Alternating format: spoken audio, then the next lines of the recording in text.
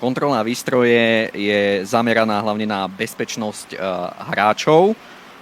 Následne je zameraná aj na splnenie základných parametrov sánok.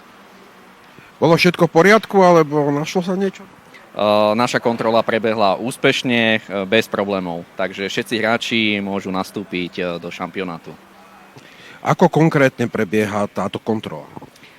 Každý hráč je povinný si na kontrolu priniesť svoju príľbu, chránič krku, rukavice, hokejky a sánky. Kontrola vlastne skontroluje, či je táto výstroj bezpečná na odohratie zápasu, následne zmerajú sánky a skontrolujú vysunutie hrotov na hokejkách. Pokiaľ spĺňa všetko štandardy a parametre, sánky, hokejky sú označené kontrolnou nálepkou a hráč môže štartovať v zápase.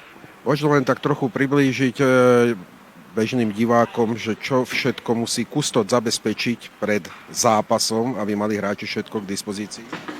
Takže pred zápasom, tak ako v klasickom hokeji, aby mali chalani k dispozícii pásky, následne aby mali pripravené sánky, nabrúsené nože, no a samozrejme aj hokejky, ktoré sú najdôležitejšie. Čiže nabrúsené hroty, aby im to dobre klzalo na ľade.